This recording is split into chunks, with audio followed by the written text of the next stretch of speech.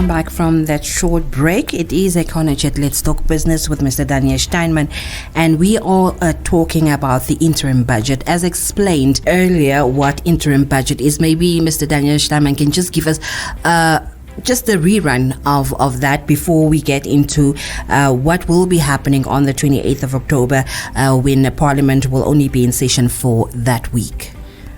Elsie, for the listeners who've just joined us, the interim budget, the official name is the Appropriation Amendment Bill, is when the Minister of Finance presents us with a view of how well we have executed the main budget for the first 6 months. So what happens on the 28th of October is that he has a budget speech, like he always has. Not as extensive and not covering all the bases like with the main budget, but he takes us on a roadmap of the economy in general, and especially of the government's economy.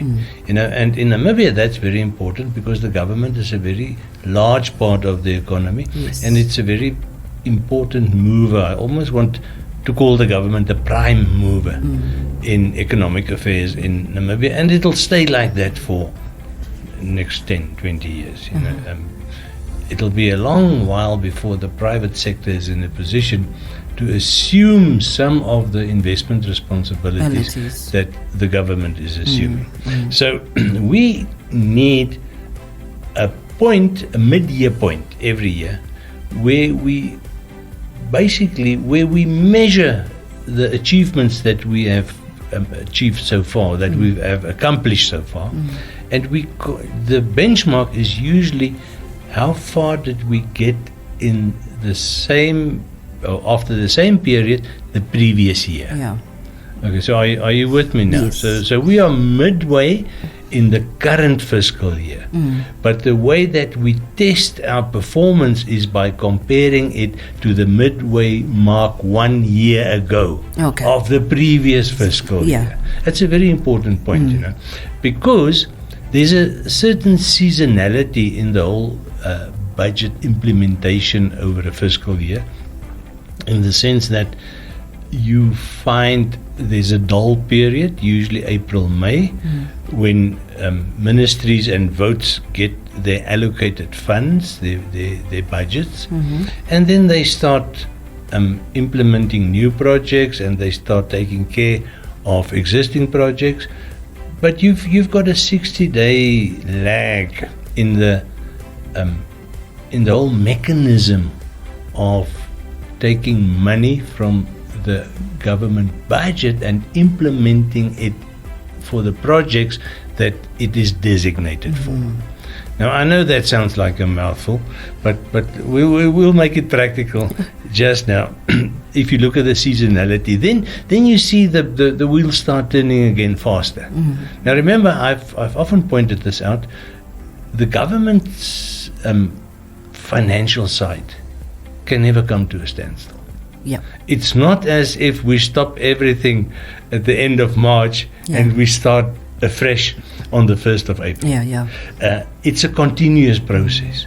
So it's like open heart surgery, except that you can't take out the economy's heart and cool it down and then work on it and heat it up and put it back in. You have to work on the economy while it is running. So it's not an easy task.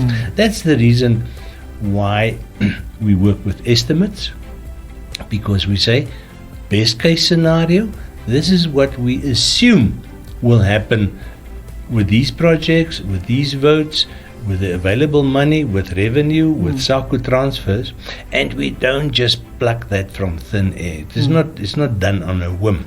We've got a 33-year history to which we can compare it, but we also have very strong support from the IMF with the so-called medium-term expenditure framework, the 3-year rolling budget, which gives us a good indication of are we on track or are we way off the mark, And there were times in the last 10 years or so that the budget was not reliable, But for the last 3 years, very reliable budget, very high execution rate, meaning what the budget says we are going to do, we are actually doing.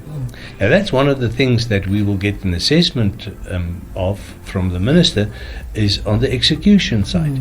He will tell us in terms of revenue, have we collected, or has Nasra, the Namra. Namra, wow. I'll get Nasria and Namra in the fight here. I was thinking you're going to go to NASA. Namra.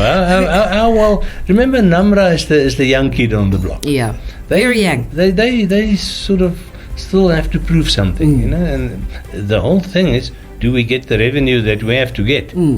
And on that, the minister will give us an update. And then on the execution side, this fat lot of money that Namra is giving the government, is it getting to the projects where it should be getting to? And that we will also get feedback from the minister. Okay, questions that need answer. We will get back right after the short break.